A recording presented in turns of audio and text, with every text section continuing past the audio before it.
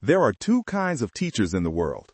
The first writes motivational books, quotes philosophers, sells confidence like vitamins, and tells you how to succeed.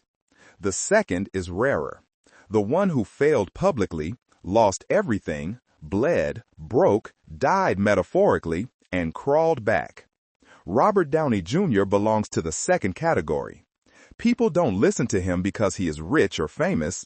They listen because he collapsed, disappeared, was buried alive by addiction, jail, humiliation, exile, and then walked back into the light with peace instead of bitterness. He is not a success story. He is a survival story. And survival is a language you can only speak if you have tasted ruin. When Downey looks into the camera and speaks, you don't hear Hollywood. You hear decades of inner war distilled into strange, poetic clarity.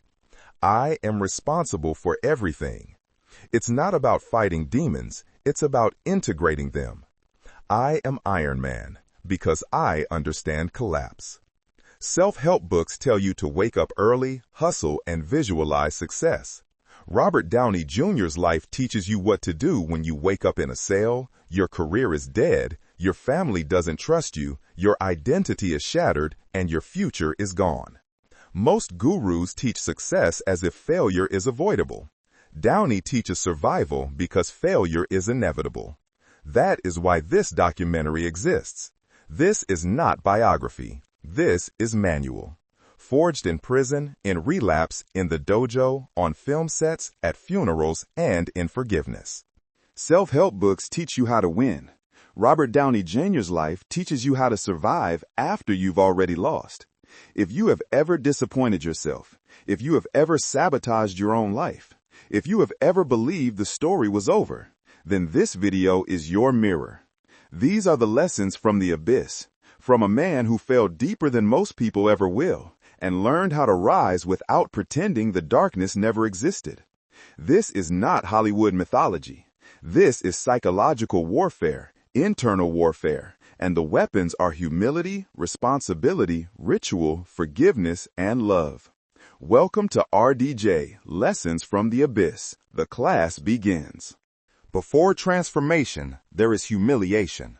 Before growth, there is confrontation. And the first thing Robert Downey Jr. learned, the truth that saved him, was brutal. You cannot heal a life you refuse to own. Most people spend their lives negotiating with responsibility. It wasn't my fault. My childhood ruined me. I didn't choose this. And Downey could have lived his entire life inside that narrative, because unlike most excuses, his was true.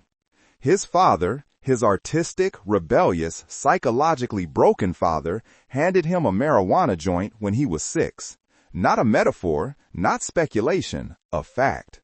His father later admitted, "It was the only way I knew how to bond." So the script was written for him. Addiction was inheritance, not decision. Any therapist could have validated him. Any biography could have blamed the parent. Any judge could have said, this isn't his fault. But Downey learned a paradox only survivors understand. If you don't choose responsibility, you choose powerlessness. The past might explain you, but it must not imprison you. There is a sentence he said once, almost casually, that contains the blueprint for rebirth. I am responsible for everything. Not literally, but psychologically. He wasn't forgiving his father. He was extracting power from the trauma. Why?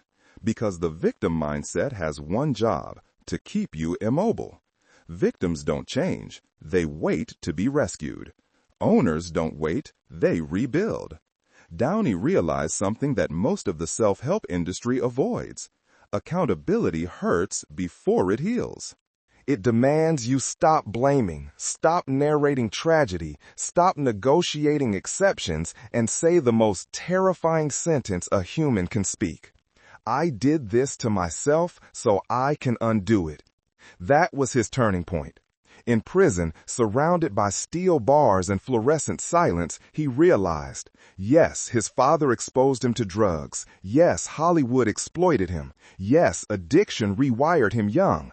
But none of that would save him. The only liberating truth was the harshest. No one is coming to fix me, so I will. This shift from victim to architect is the foundation of survival. Not therapy, not willpower, not spirituality, ownership. You do not become Robert Downey Jr. by being understood. You become him by demanding something of yourself no one demanded of you before. Radical accountability. Accountability breaks you open. Discipline rebuilds you. When Robert Downey Jr. walked out of prison, he didn't need inspiration, he needed structure. Because addicts don't lack motivation, they lack containment. Enter Wing Chun, not as a martial art, but as a neural rewiring system. Downey described it like this: Wing Chun gave me back my mind. Let's break that down. Hollywood thought he was training to punch. Wing Chun masters knew he was training to feel. Wing Chun is paradox embodied. It is violent but silent, soft but unstoppable, calm but lethal. Its philosophy is simple and profound. Do not fight force with force. You don't overpower chaos, you redirect it. The addiction brain operates like a storm. Fight it directly and it gets louder. Deny it and it mutates. Wing Chun taught Downey the one thing prison, therapy, and fame never could: how to sit with himself. But here is where the transformation becomes fascinating, because Wing Chun is not learned on the mat. It is learned against a wooden dummy, a wooden man, fixed, unyielding, unmoved. Downey spent hours, day after day, striking something that could not strike back. Why? Because the dummy is not an opponent, it is your shadow. You hit it, it hits you back through your own imbalance. You lean wrong, it exposes you. You rush in, it punishes your impulse. Addiction seeks stimulation. Wing Chun forces repetition. Addiction craves escape. Wing Chun traps you in presence. Addiction collapses identity. Wing Chun forms one. Eric Oram, his Sifu, didn't teach Downey how to block. He taught him how to breathe while under threat. He didn't teach him how to attack. He taught him how to choose his response. That is what discipline truly is. Repetition until instinct becomes stability. Downey didn't get sober in meetings. He got sober in structure. Strike, return, breathe, reset, again. The wooden dummy was more than training. It was judgment. It was mirror. It was medicine. Here is the takeaway most people miss. You don't control your mind by thinking differently. You control it by moving differently. RDJ didn't need philosophy. He needed a physical anchor strong enough to hold back the storm. Wing Chun wasn't fitness. It was architecture. A body teaching the mind, you are not chaos anymore. Over months, his panic attacks slowed. His cravings quieted. His identity solidified. The wooden dummy taught him the secret every survivor eventually learns. If you don't train your impulses will train you. There is a moment every fallen person must face. If I am not who I was, then who am I now? The world told Robert Downey Jr. exactly who he was. Addict, liability, inmate P50522, talent wasted, a prophecy of tragedy. Most people spend their lives defending identity. RDJ's survival demanded the opposite. He had to kill his old identity so something else could live. Here is where most people misunderstand transformation. They think it begins when life gets better. It doesn't. It begins when life is unbearable. Downey's pivot didn't start with Iron Man. It started with humiliation. Casting rooms that wouldn't let him in. Directors who whispered, he'll relapse. Journalists waiting for a headline. The old Robert, the charming rebel, would have tried to fight it, prove them wrong, or perform his way back. But prison teaches you something therapy doesn't. Identity is engineered. So Downey did something radical, something almost no addict or ego-driven performer ever does. He stopped trying to defend his past and started using it. When Jon Favreau said, "You are Tony Stark," RDJ didn't deny it. He didn't hide the brokenness. He weaponized it. Tony Stark isn't a superhero. He is a narcissist with trauma, a genius terrified of stillness, a man who uses humor as armor, a boy searching for father approval. That was Robert Downey Jr.'s biography disguised as a script. Hollywood thought he was acting. He was confessing. And this unlocked something profound. Your past stops poisoning you when you let it power you. The shame didn't vanish. It was repurposed. The addiction didn't disappear. It became insight. The arrogance didn't die. It evolved into charisma. Downey didn't create Tony Stark. Tony Stark emerged because Downey fused his darkest history with his highest potential. This is the impossible pivot. To stop running from who you were and start mining it for who you can be. Most people try to erase their past. RDJ understood the truth.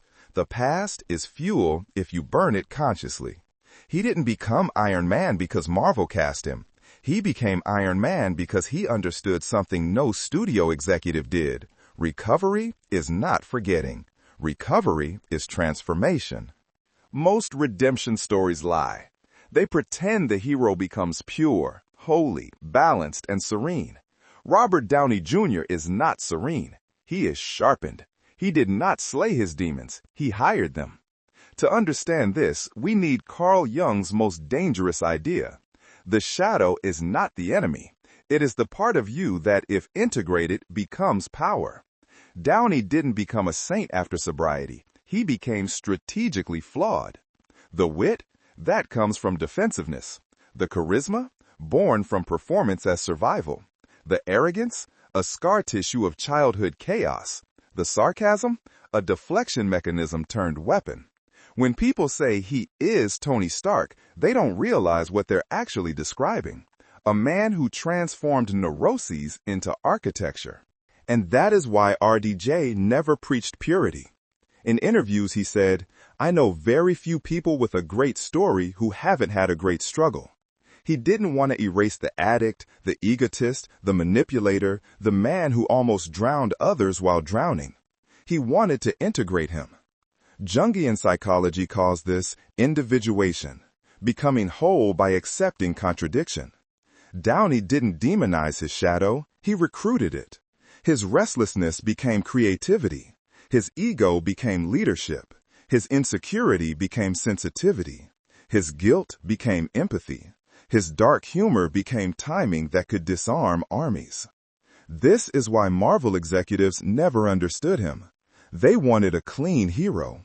RDJ gave them a dangerous one, a man whose flaws were visible and therefore relatable. He didn't heal by becoming less, he healed by becoming more integrated. Most people trying to change their lives make a fatal mistake. They try to amputate the parts they hate. RDJ learned the opposite. Your demons don't vanish when you suppress them. They vanish when you give them a job. This is why Iron Man learned it so deeply. Tony Stark didn't conquer his ego. He forged it into purpose. Robert Downey Jr. did the same. So the lesson is not fix yourself. It is digest yourself. Use everything you are, especially the broken pieces. The addict wasn't erased. He just got promoted. Redemption is incomplete unless you learn how to treat others who fall. Robert Downey Jr.'s greatest life test didn't happen on a movie set. It happened on a stage most people have forgotten. The night he stood up for the most hated man in Hollywood, Mel Gibson. Years earlier, when Downey was radioactive, unemployable, and discarded, one man wrote the check nobody else would write. Gibson didn't lend his reputation, he risked it. He vouched for Downey when the industry said, if he fails, you go down with him. So when the world later turned on Gibson, everyone distanced themselves. Studios pulled projects. Actors deleted photos. Hollywood, a place obsessed with morality theater, performed its favorite ritual, public excommunication. Downey watched this with eerie familiarity, the same silence, the same abandonment he had once lived through. Then came the American Cinematheque ceremony. Downey accepted an award and did something no PR advisor would ever recommend. He used his speech to plead for Mel Gibson's forgiveness. He didn't defend Gibson's actions. He did something deeper. He reminded Hollywood of his hypocrisy. His words weren't polished. They were scalpel sharp. "I humbly ask that you forgive him and welcome him back into the fold."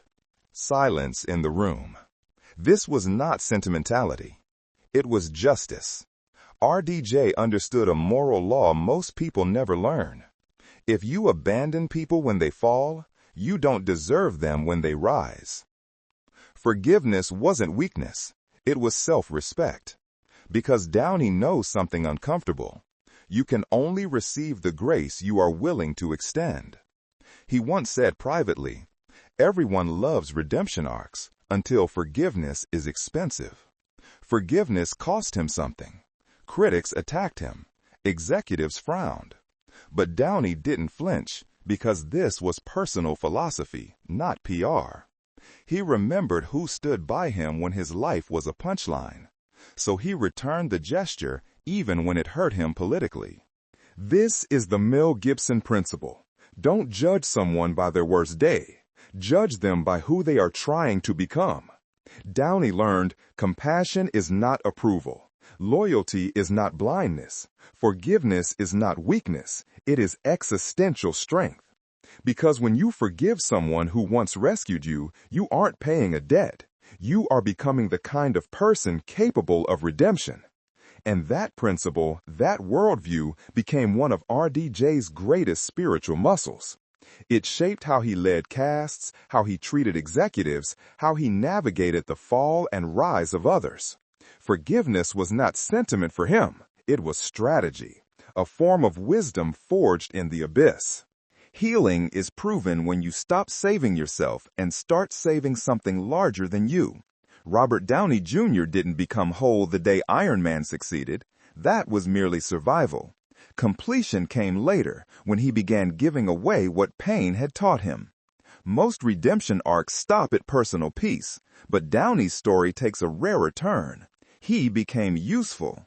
The pivot from self-protection to service. For decades, every action he took was defensive.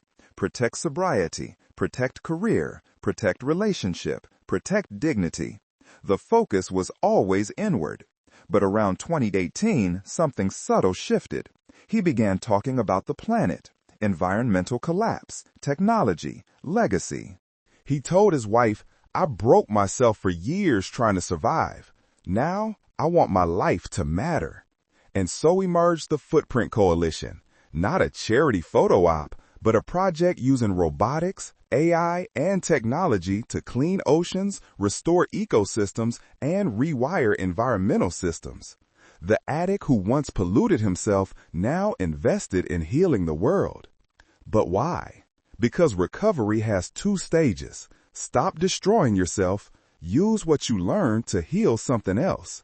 Downey realized that a life focused only on self-maintenance eventually becomes another prison. Purpose becomes oxygen.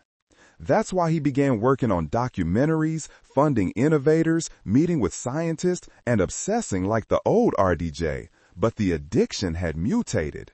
This time, it wasn't chaos, it was mission. The transformation, from Iron Man to Iron Human. Fans saw Tony Stark and thought, superhero. Downey saw a warning. If you die with only your own life improved, you didn't evolve. You just survived. That is why he found environmental activism irresistible. It allowed him to turn the same obsessive focus that once destroyed him into something regenerative. In interviews, he slipped philosophical grenades. Worry is a misuse of imagination. You can't build a future if you're stuck defending the past. He wasn't selling tech. He was selling mindset. A redeemed life must create redemption elsewhere. The spiritual lesson. Downey's evolution embodies a deep psychological truth. Purpose is the final stage of healing. Addiction collapses purpose. Success recovers ego. Love stabilizes self. But service expands identity beyond the borders of personal suffering. The man who once chased oblivion now chases meaning. And in doing so, he unlocked what therapy texts call the futurist state, the ability to imagine a world better than the one you inherited and contribute to its construction. That is why his story matters. It teaches us that redemption is not measured by peace, but by impact. ファール7の通り、スタンド8。ジャパニーズプロバーブ。But Downey lived it. ロバート・ダウニー・ジュニアのライフは成功したからインスパイアリングするわけではない。It is inspiring because he failed publicly, repeatedly, and did not stay dead. That makes him rare. Hollywood worships winners. Downey teaches something else. The worthiest life is the one resurrected, not the one uninterrupted. His trajectory reveals a profound law, one that psychologists, monks, and philosophers agree on. You don't become strong by avoiding darkness. You become strong by walking through it. Addiction, prison, shame, rejection, self-contempt, relapse. Repeating the nightmare until the lesson holds. Downey didn't emerge holy, polished, or saintly. He emerged funny, flawed, self-aware, and deeply useful. He did not kill his demons. He taught them to work for him. That is Jung's definition of integrated shadow. That is the difference between surviving and transforming. So what is the lesson for the audience? This documentary was never about Robert Downey Jr. It was about you. He is a mirror for a truth we avoid. You will fail. You will embarrass yourself. You will destroy something you love. You will lose people you thought were permanent. And life will not wait for you to be ready. But failure is not exile. Failure is initiation. Downey's life is proof. The hardest thing you will ever do is forgive yourself enough to start again. He didn't get sober for applause. He didn't rebuild for Hollywood. He did it because pain eventually demands purpose, and purpose is the only exit from hell. So here is the invitation. Hug your monsters. Interrogate your failures. Rewrite your ending. Become someone worth resurrecting. Your past is real, but it is not final. Downey walked into prison as a cautionary tale and walked out as a blueprint. He climbed back into the arena, covered in scars, smiled at the crowd who doubted him, and fought until the narrative belonged to him again. That is the work. Not brilliance, responsibility. Not talent, transformation. Not salvation, service. Robert Downey Jr.'s story ends with an Oscar, but the lesson is simpler. It's never too late to rewrite your ending.